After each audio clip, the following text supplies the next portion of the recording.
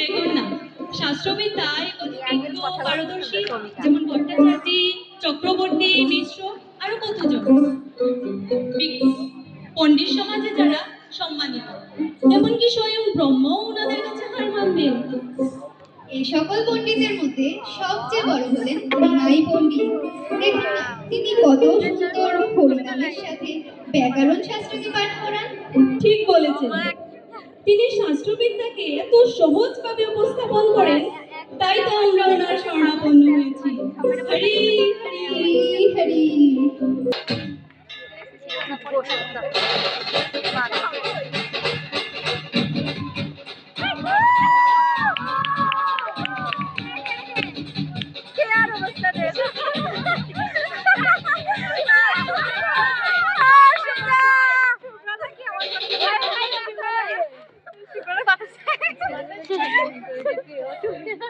শুনো শুনো শুনো, মাতা সরস্বতী স্বয়ং অধিষ্ঠিতা যার জিহ্বায়, সেই মহাপণ্ডিত কেশব কাশ্মীরি শাস্ত্র সিদ্ধান্ত বিষয়ে তর্ক করার জন্য নবদ্বীপে এসেছে।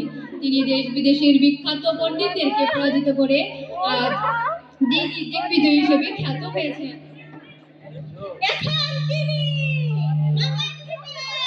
পণ্ডিতদের সঙ্গে প্রতিযোগিতা করার জন্য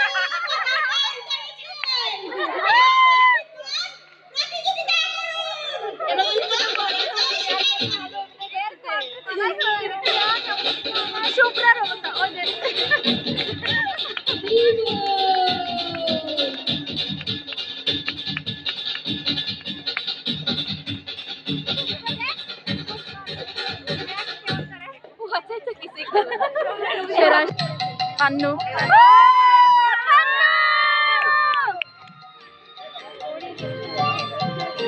Kakak bisa boleh. Kira-kira mau mikir rojun dia. Itu lagi kalau malu kan. Rojun dia jauh tuh করে ওটাও বেশি।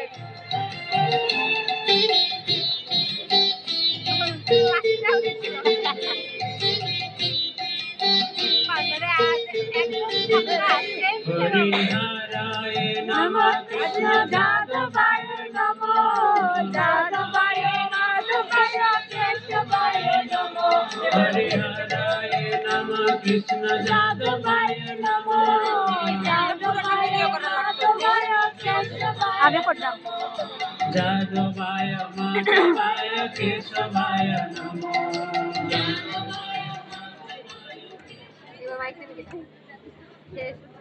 এলে একটা করে মনে হচ্ছে সবাই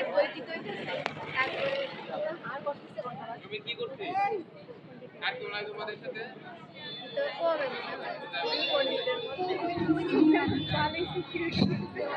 হরে কৃষ্ণ প্রভু, মাতা সরস্বতীর আশীর্বাদ প্রাপ্ত দিগ্বিজয়ী পণ্ডিত নবদ্বীপে এসেছেন।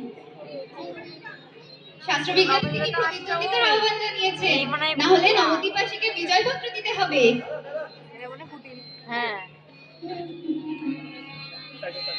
একটি গুরুত্বপূর্ণ তথ্য শ্রবণ করুন। ভগবান কারো অহংকার গ্রহণ করেন না। যদি কারো অহংকার গর্ব বৃদ্ধি পায়, তবে তা অবশ্যই খণ্ডন করা উচিত। রাবণ, কংস, বলি প্রত্যেকের অহংকার খণ্ডিত হয়। গুণবান ব্যক্তি সর্বদাই নম্রভাব প্রদর্শন করে, ভয়ের কথা বলে না। এই জন্য অবধি আসছে এটাও বুঝলাম না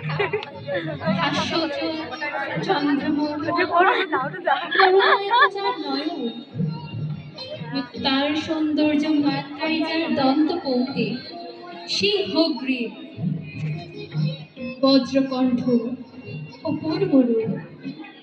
তাকেই বালক একে তো খুব তেজস্বী মনে হচ্ছে। ইনিই তাহলে নিমাই পণ্ডিত। দেখতে ছোট্ট, কিন্তু খেতে অনেক। আপনিও পারবেন না। কে এত বড় আস্পর্ধা? কে বলেছে এই কথা?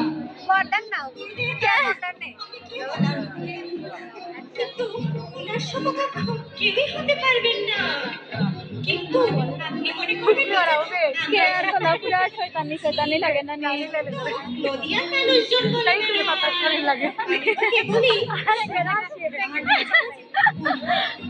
শুভ্র থেকে থেকে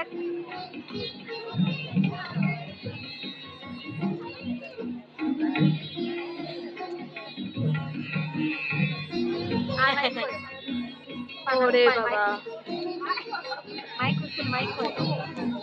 শুভ্রার অবস্থা দেখতে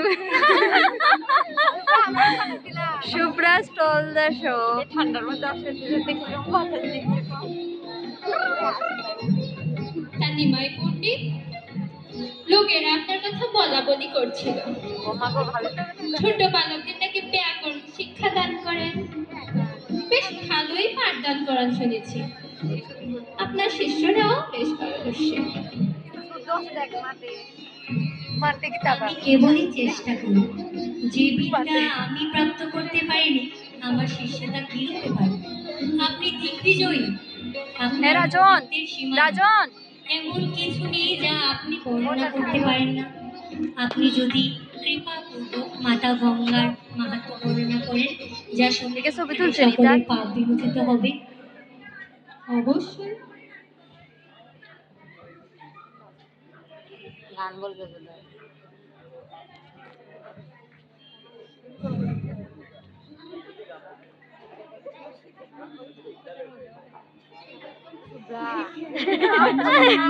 শুভ্রা দেবীশ্বরেশ্বরী শুভ্রা কি করবে এত দেশ গেলে দেবীশ্বরেশ্বরী ভগবতী গঙ্গে ত্রিভুবন তারিণী তরল তরঙ্গে শঙ্কর মৌলি বিহারিণী বিমানে মহামতি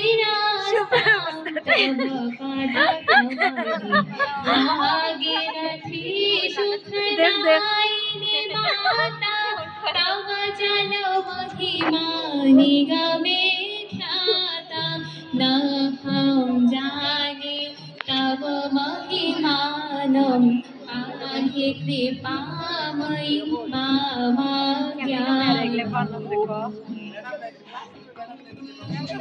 চমৎকার। বর্ণনা করে সুপ্রচনা করে আবৃত্তি করতে সব কাশ্মীরি পণ্ডিত কি বললো চমৎকার প্রভু, আপনার মতো কবি বিরল। আপনার কবিত্বের সীমা নেই। আপনার কবিতা এত উচ্চ মার্গের যা তা কেবল আপনি মাতা সরস্বতী অনুধাবন করতে পারবেন। কৃপা করে যদি এর গাথা শব্দাবলী বর্ণনা করেন। এসব কাশ্মীরি পণ্ডিত তা ব্যাখ্যা করে বললেন। এ কথা কে বললো দোকানে বলে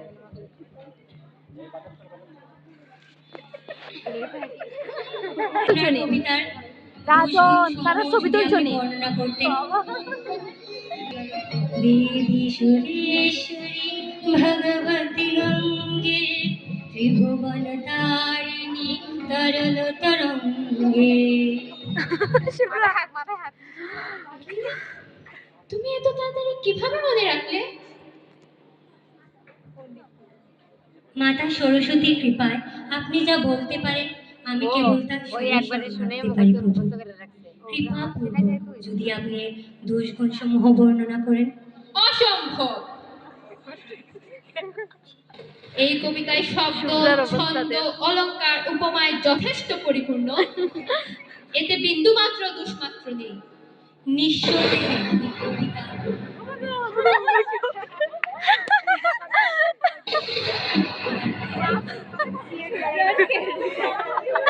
আল্লাহ আসি দিছে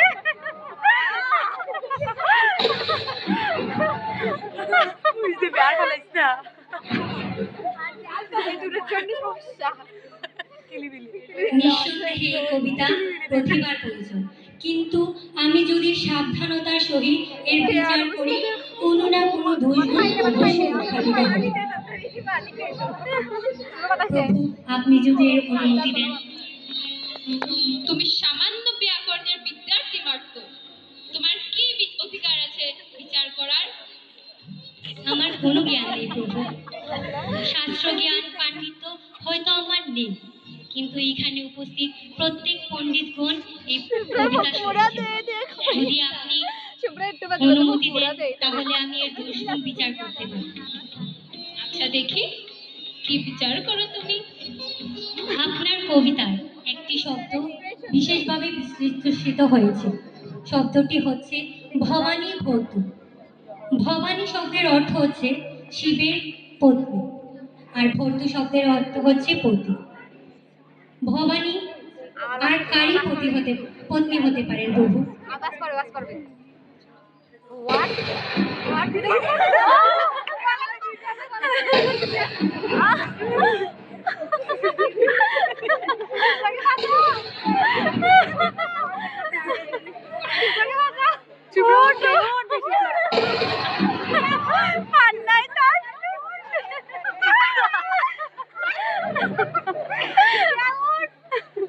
এই বালক আমাকে পরাস্ত করে ফেললো।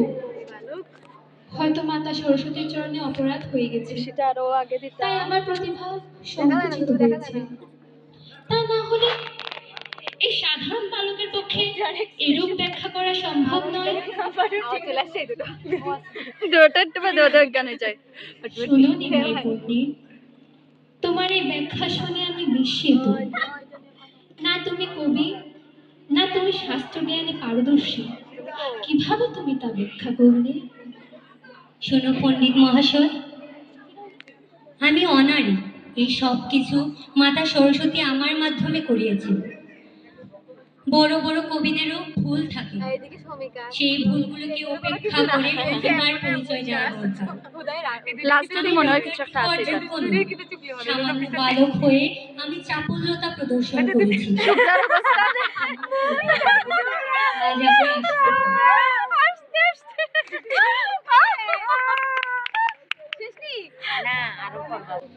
হে মাতা সরস্বতী, আমাকে ক্ষমা করুন। জানি না আপনার চরণে কি অপরাধ করে ফেলেছি। একটু পরে আমার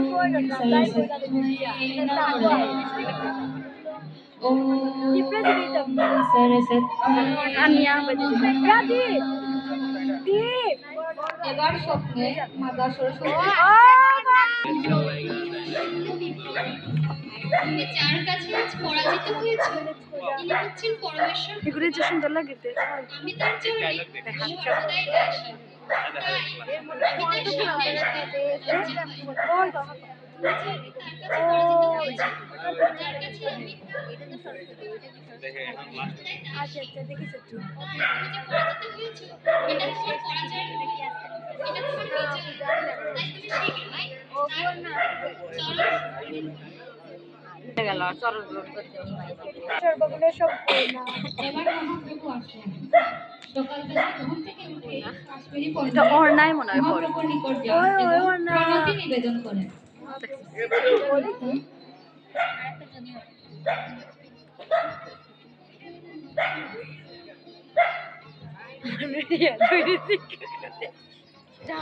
মহাপ্রভু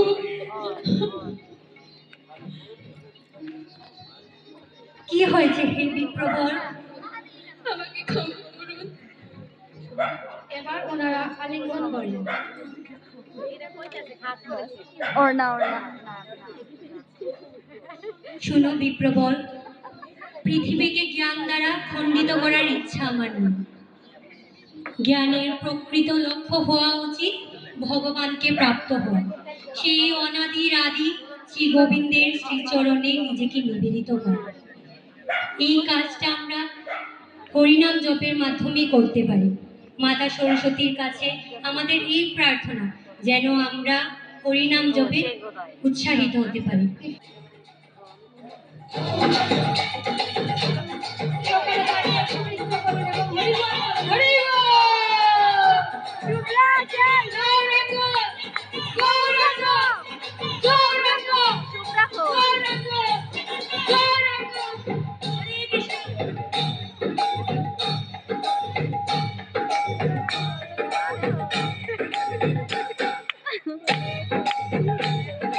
কে আপনার চিত্র ঢুকে গেছে